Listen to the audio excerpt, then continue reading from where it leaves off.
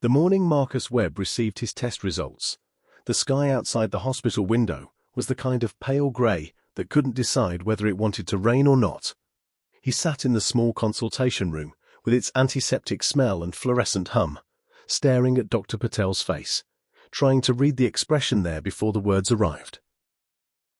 He didn't need to try for long. Marcus. Dr. Patel folded his hands on the desk with the careful gentleness of someone about to dismantle a person. Your results came back. I need you to understand that what I'm about to tell you is manageable. Medicine has come a long way. Just say it. A pause. You've tested positive for HIV. The fluorescent light above him buzzed. A distant phone rang somewhere down the corridor. Marcus heard all of it with strange, amplified clarity, the way you hear every detail of the world when the center of it collapses. He drove home in silence. He didn't cry. Not yet. He just drove, hands steady on the wheel, mind pulling apart the last 6 months like a mechanic disassembling an engine, looking for the part that had failed. 6 months. That's when Diane had changed. Marcus and Diane Webb had been married for 9 years. They lived in a generous colonial house in Westfield, the kind of neighborhood where people kept their lawns trimmed and their secrets better. Marcus ran a small but successful architectural firm. Diane worked in event planning, which meant her schedule was always slightly unpredictable, always slightly beyond scrutiny. He'd noticed the distance in February. Small things at first. She started sleeping on her side of the bed with her back curved away from him, like a parenthesis closing off a sentence. She laughed at her phone in a way she never laughed with him. She came home from a Thursday client dinner with her hair rearranged in a way that didn't quite match the weather outside. He'd told himself he was imagining things. Paranoia was the first disease of a tired marriage, or so he believed. Then in April, he started feeling sick. It began as fatigue, the kind he blamed on deadlines, then night sweats, then swollen lymph nodes in his neck that his regular physician at first attributed to a viral infection. Blood work followed, more blood work, a referral, a consultation. And then that grey Tuesday morning in Dr. Patel's office. He sat in his car outside their house for 20 minutes before going in. Diane was in the kitchen when he entered, pouring herself a glass of white wine, even though it was barely past 4. She was 41, still striking, dark-haired with green eyes that had always looked like they were holding something back. He had once found that quality mysterious. He understood it differently now. We need to talk, he said. She turned. Read something in his face. Her own expression shifted. Not to concern, he noticed, but to calculation. Something behind her eyes adjusting, preparing. He told her about the diagnosis. The silence that followed lasted exactly 4 seconds. He counted them. Then Diane Webb sat down at the kitchen table and did something he had not expected. She didn't cry. She didn't reach for him. She looked at the surface of the table and said, very quietly, "Marcus, I've been meaning to talk to you too." His blood went cold. "I suspected something," she said. "I didn't want to believe it, but you've been distant for months. Coming home late. That conference in Denver in March." She stopped, pressed her fingers to her lips. "I think you need to ask yourself some hard questions about how this happened." He stood in his own kitchen and felt the floor tilt beneath him. "What are you saying?"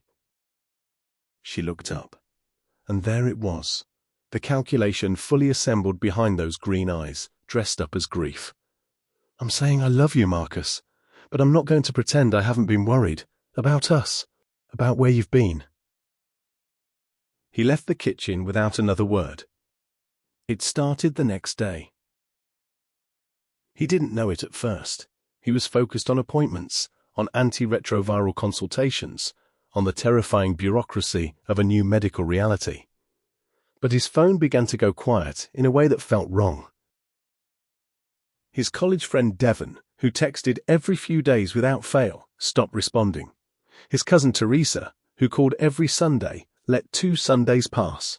When he called her on the 3rd, she answered with a coolness that was almost physical, a frost through the receiver. "Marcus, I don't really know what to say to you right now." "About what?" A pause thick with something she'd been told. "Diane called me. She's really hurting." The architecture of what Diane had done revealed itself to him slowly, the way a demolished building settles, not all at once, but in stages, each collapse revealing the structure beneath. She had called people, systematically, family, friends, mutual colleagues. She had used the language of a wounded woman carefully, never making outright accusations, but planting the geography of suspicion. Marcus has been distant. There was a conference. I found receipts I couldn't explain. And now this diagnosis. I don't know what to think. I just needed someone to talk to. She had infected his reputation the same way, and the timing, the method, the quiet lethality of it, suggested to Marcus that she had been planning it. Within 2 weeks, people who had known him for years were treating him like a stranger whose name they'd heard in a bad context. His business partner, Ray, called to say he'd been fielding some uncomfortable questions from a shared client who had apparently heard something through someone who knew Diane. His mother called him crying, saying she just needed to understand what was happening. He stood in his home office that night, the house silent around him, Diane presumably asleep upstairs, and he made a decision. No reaction, no defense, no emotional outburst that could be photographed or quoted or weaponized. He opened his laptop and began. Marcus Webb was, at his core, a methodical man. Architecture had trained him to understand that structures don't lie. Load-bearing walls are where they are for a reason. Foundations don't move, and the truth, he believed, had the quality of a foundation. It didn't require emotion. It only required exposure. He started with what he knew. He pulled up their shared cloud storage, the backup system he had set up 3 years ago that quietly archived both their phones. Diane had always found technology tedious and had never paid much attention to the logistics of it. She used the cloud for photos and the occasional document and considered it approximately as interesting as their water heater. She had never considered what else it stored. The iMessage backups loaded with the patience of falling dominoes. He found the name quickly. Not a mysterious initial or a nickname designed to obscure, but a full name, Daniel Forsyth. Either she'd grown complacent, or she'd never imagined the archive existed. The messages began in November of the previous year, 14 months ago. He read them with the controlled attention of a man diffusing something. They were explicit enough to be unambiguous and frequent enough to establish pattern. Hotel names appeared in the conversation thread like a trail of evidence that needed no interpretation. The Meridian, room 412. Thursday, like we said, can't wait. He opened a separate document and began copying dates. Then he went further. He pulled her email from the shared family account, which she also used for certain personal subscriptions because she'd once locked herself out of her personal account, and Marcus had helped her set it up as a workaround years ago, and she had, again, never considered the implications. In her email, filed under a folder she had labeled medical, with the mundane confidence of someone who doesn't expect to be investigated, he found what changed everything. A notification from a private clinic, dated 7 months ago, her name, a diagnosis, and below it, a follow-up appointment confirmation for the following week. She had known for 7 months.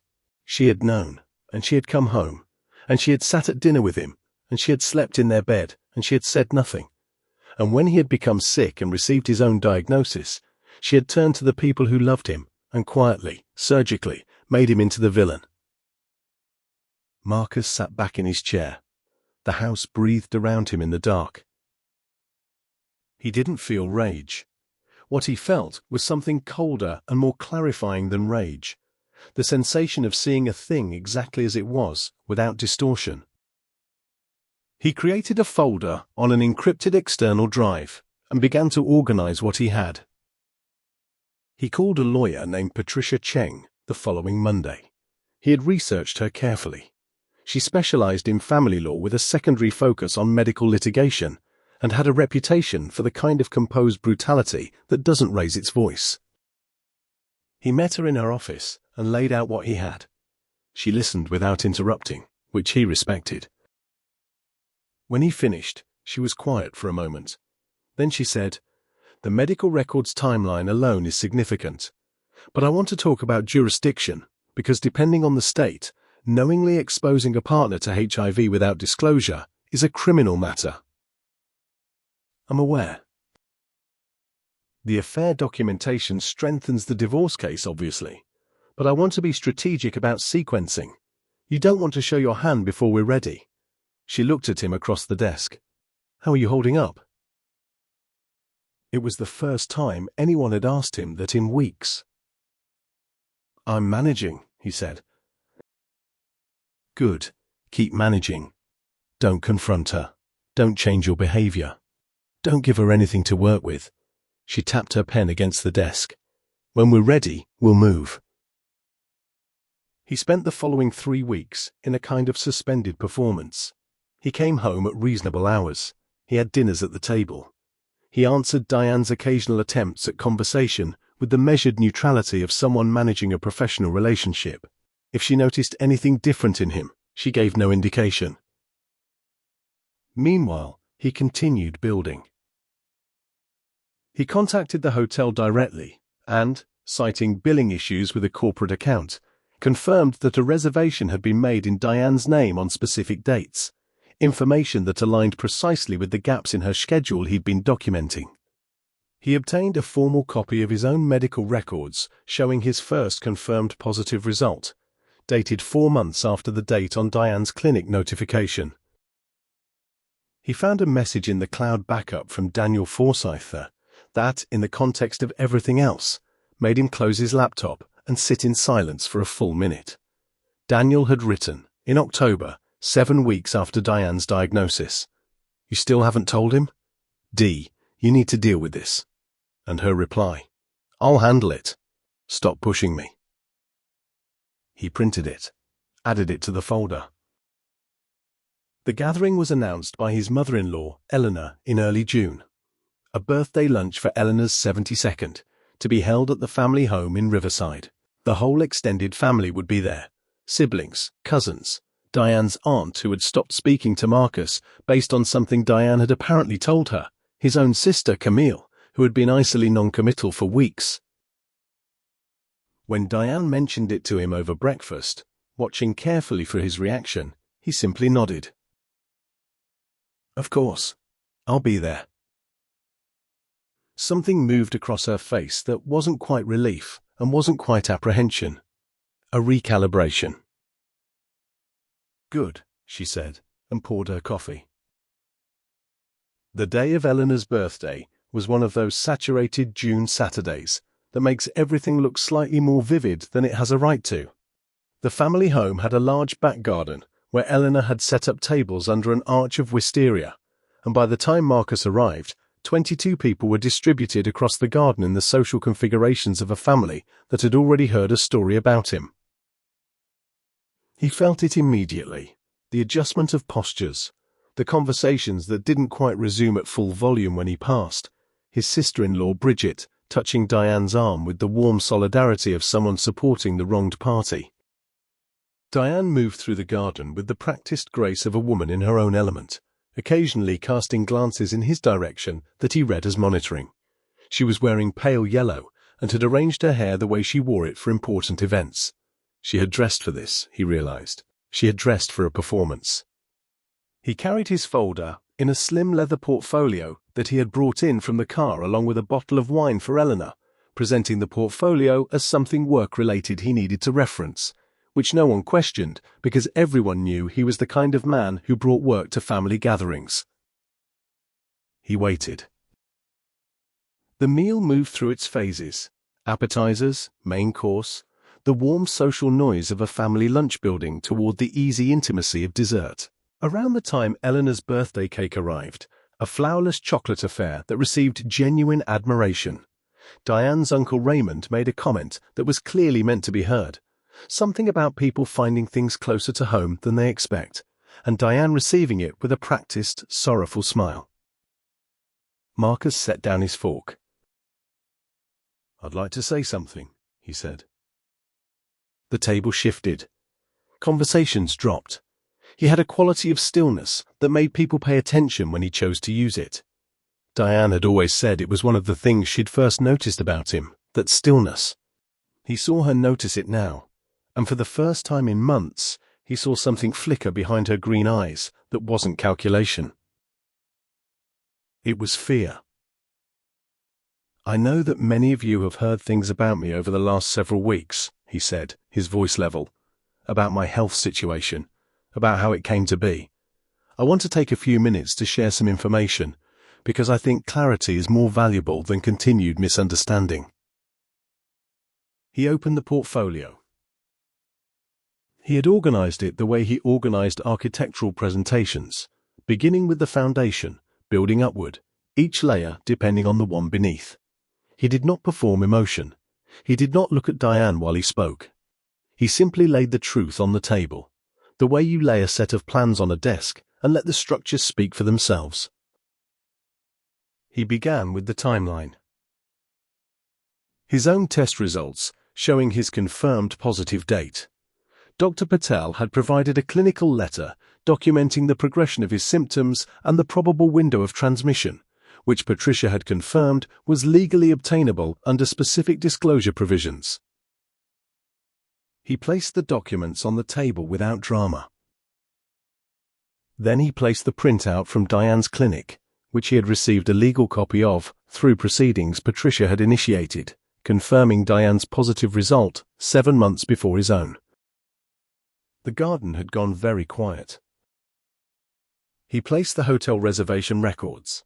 He placed the printed message exchanges between Diane and Daniel Forsyth, the relevant ones dated and annotated. He placed the screenshot of Daniel's message, "You still haven't told him," and her response below it. He did not editorialize. He read only the relevant facts, dates, and the single sentence from Daniel Forsyth's message, which he felt required no additional framing. He finally looked at Diane. She had not spoken. She was very still in her pale yellow dress under the wisteria arch, and her face had undergone a series of changes that had finally settled into something that was not quite an expression at all, a kind of blankness, the face of a person whose prepared scripts have all become irrelevant simultaneously. The fake tears that had moved through so many phone conversations that had positioned her as a woman wronged were not present. There was nothing to perform to. "I wasn't going to say any of this today," Marcus continued quietly. "But Raymond, I heard your comment earlier, and I decided that silence was no longer serving anyone." He looked around the table, at his sister Camille, whose hand was now over her mouth, at his mother-in-law Eleanor, whose birthday cake sat untouched before her, at Bridget, who had been touching Diane's arm with such solidarity 20 minutes ago and was now very carefully not looking at her.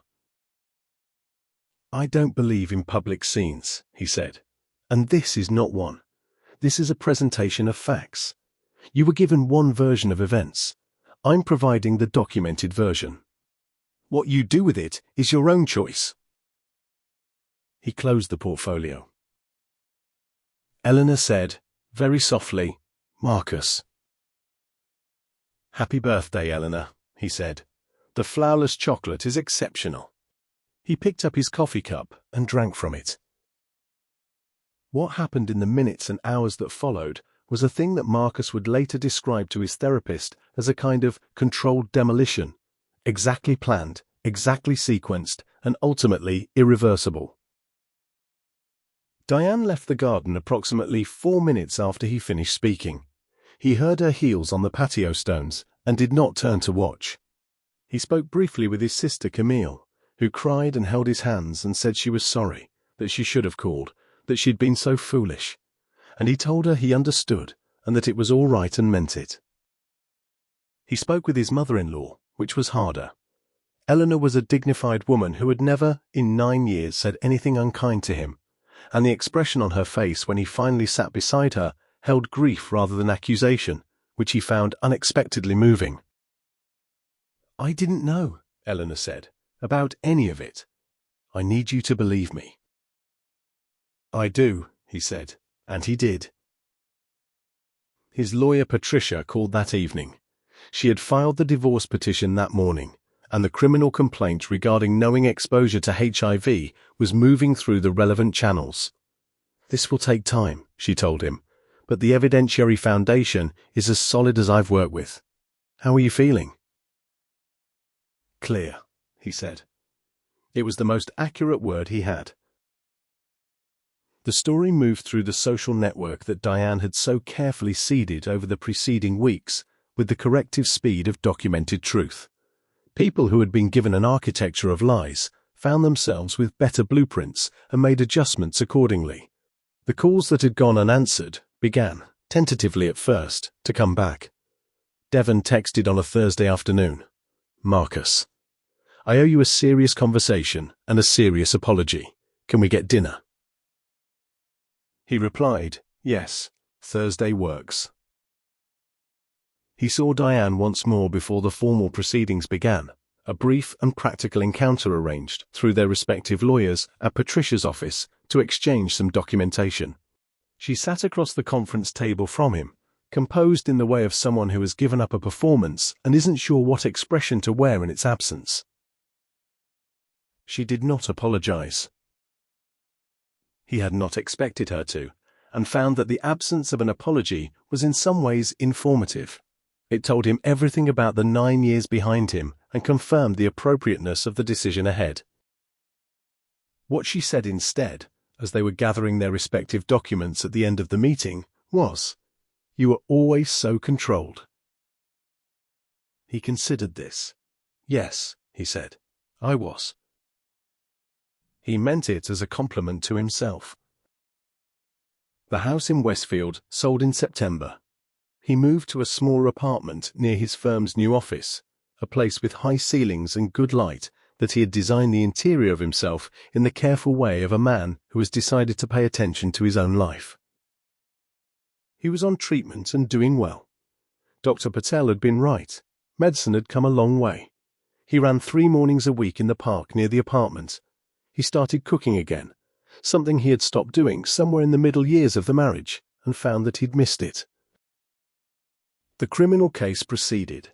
He would not know the outcome for some time yet, and he had made a deliberate decision not to anchor his recovery to that outcome. Patricia was thorough. The evidence was documented. Whatever the courts determined, the truth had already been told in the place where Diane had chosen to tell her lies, in front of the people whose opinion she had tried to shape, in the garden under the wisteria, on a saturated June afternoon. He called his mother on Sunday evenings. He had dinner with Camille twice a month. He met Devon for a long overdue beer on a Thursday in July, and they sat on a rooftop bar watching the city move below them, and Devon said, "I should have called." And Marcus said, "You didn't know." And Devon said, "That's not an excuse." And Marcus respected that. A colleague asked him once, in the months after, whether he was angry. He thought about it honestly. "I was," he said. "For a while the anger was very clean and specific, like a good tool. It helped me stay focused." He paused. "But I don't think I want to carry it past the point where it's useful." "How do you let it go?" He thought about the folder in the portfolio, about the timeline laid on Eleanor's birthday table under wisteria and June light, about the moment the room went quiet and Diane's performance ran out of material. "I told the truth," he said. "That's it. That's the whole thing. I told the truth in the same room where the lie had been living, and I let people choose what to do with it. That's all you can ever do." He sat with his coffee. "The real revenge," he said quietly, more to himself than to his colleague, "was never the room going quiet. It was walking out of it still being myself." He had walked out of it still being himself. The rest, he had decided, was just the work of continuing.